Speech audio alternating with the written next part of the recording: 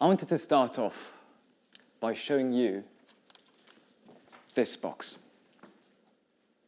Inside this box, there is something of value to a Russian family, the French government, and the proud people of Romania, the country I come from. However, the fact that it has been put in a box is something of a controversy. I know what you're all thinking. What's in the box? I'll tell you later. For now, I want to talk to you about Constantin Brancusi. This handsome man was born on February 19th, 1876, in Romania, Hobița, a poor farming-sustained region near the mountains where stone sculpting and wood carving were the traditional forms of art.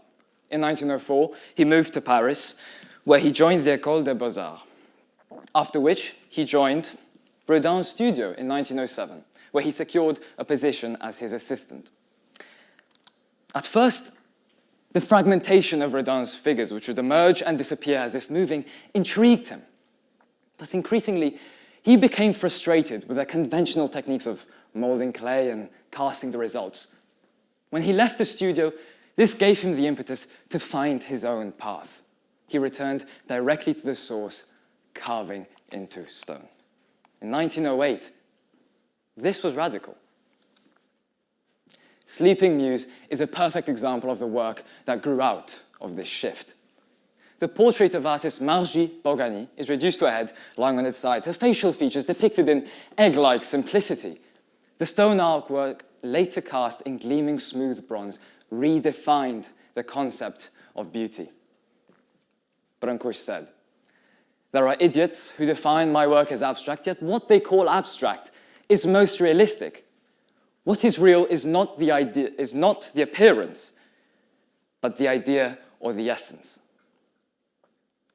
As, for example, in Bird in Space, where though it isn't a physical depiction of a bird flying, it captures its movement from the wings opening to them closing back into one aerodynamic point. If you haven't guessed, these are all 6 versions of the kiss. Here, 2 simply carved figures embrace into a single block of stone. Looking almost pre-human, this was a million miles away from Rodin's lush representational figures, yet equally as emotional. In Rodin's figurative sculptures, such as the kiss, the man is depicted as a dominant figure, with his muscular arms wrapped around the woman's waist, pulling her closer to his body. Whereas in Brancusi's kiss, equality, innocence, and emotion are portrayed more realistically. Try imagining yourself in front of the kiss. You look to your left, you look to your right, you make sure no one sees you put your hands on it. The first thing you feel are the 2 faces coming together, separated by one superficial cut in the stone. Then you notice their eyes joined together, as do their lips. Now we've reached their arms, slightly more polished than the rest of the sculpture, meeting at each partner's shoulders, and their wrists, bent slightly awkwardly, yet still they seem to rest gently on the partner's neck. Only when you feel a slight curve on one torso under the arms, which you'd read as breasts, you can tell the difference between the male and the female. There are very subtle differences between the male and the female figure, showing the equality between them. Brancusi was believed to be influenced by African art, specifically from the Salampassu culture. Though it isn't clear when he first came across it, it is evident that he was at least intrigued by it. This is clearest in this sculpture, The First Step.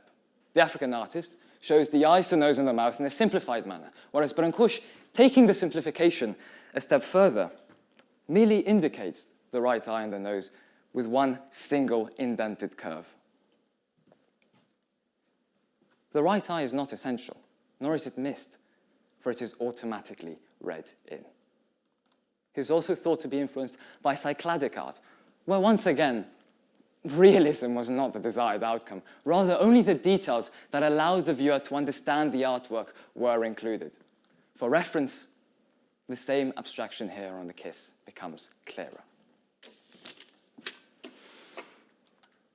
So, back to the box. The stone sculpture by Brancusi is inside.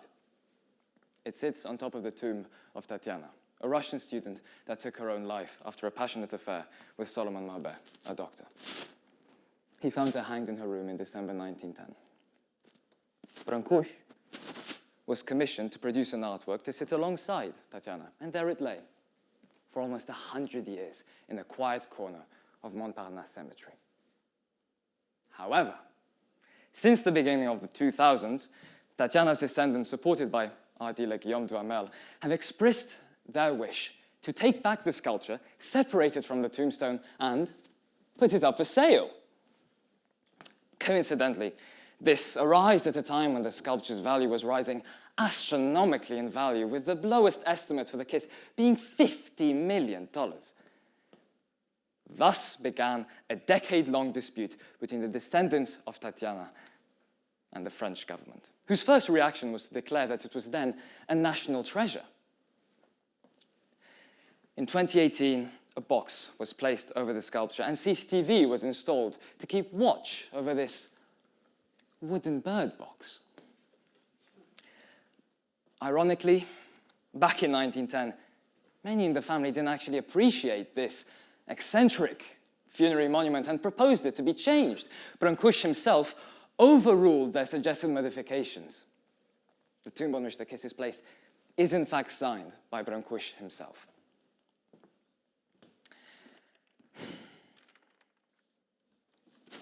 In 2010, the prefect of Paris registered it as a historical monument, making the work irremovable temporarily. Tatiana's family then decided to play hardball, appealing new information about the monument, stating that the kiss and the tombstone were ordered separately from each other. Therefore, they cannot be considered as a building. The French government look up and grin. Due to the artist's stated purpose, the artwork could be damaged. On July 2nd, 2021, it was finally decided that the kiss and the lovers are indeed irremovable. Now, this beautiful piece of artwork should never have been covered. It was both a memorial for Tatiana and something for the people of today to appreciate. And whilst this dispute might be resolved, this argument over ownership is happening to many other works of art today, as, for example, the Benin heads, coming from present-day Nigeria. The Benin heads were essentially shrines. They were made to represent the previous qualities of rulers. And during the expanse of the Benin expedition in 1897, British forces sacked Benin City, removing sculptures decorating the royal palace. Now, the German government that bought many of these bronzes from the British have now returned them to the nation of Benin, along with a guarantee of $4 million worth of funds to build a museum to display them appropriately to the population. The news then broke that the king of Benin decided that he alone was the rightful ruler of all the bronzes, and that he would decide where they'd be displayed, to whom, and if at all. Now, you could say, will the people of Benin fit at all from their return? Sorry, terrible joke. It's hard to decide who owns historic artwork available to the public and what value do you put on the original narrative and the artist's stated purpose. We are missing out on important art, culture, and personal stories. Both the kiss and the Benin bronzes hold spiritual value. The bronzes, made to represent the qualities of previous rulers, belong to the previous rulers. The kiss, commissioned to sit alongside Tatiana, belongs to Tatiana. The artist's intended purpose should be respected, and artwork should never be reduced to a mere currency. Thank you.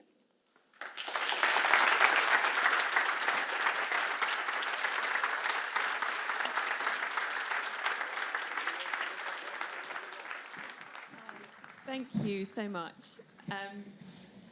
I had a question, and I'm going to stick with it, but actually, I'm here. Oh. Hi. I had a question for you that came to me in the middle of your presentation, which kind of contradicts the sort of message of what you were saying about public ownership, but I'll keep it simple. If you could have one of Brancusi's sculptures in your house every day to look at, to meditate upon, to live with, could you tell us which one it might be and why? Well, the obvious answer would be the kiss. But I think it's quite hard to decide on one specific sculpture made by Brancusi. For example, there's the Column of Infinity, done by him, which is actually the only sculpture that I saw by him in person. And that one definitely had an emotional impact on me when I saw it back a couple of years back. But I think it would have to be a choice between either the Column of Infinity or the Kiss, as, I mean, it's one of the most renowned sculptures which held, I think, the largest emotional value on anyone, full stop, due to all of this political dispute and argument over ownership. Lovely. Thank you very much. Thank you. Thank you.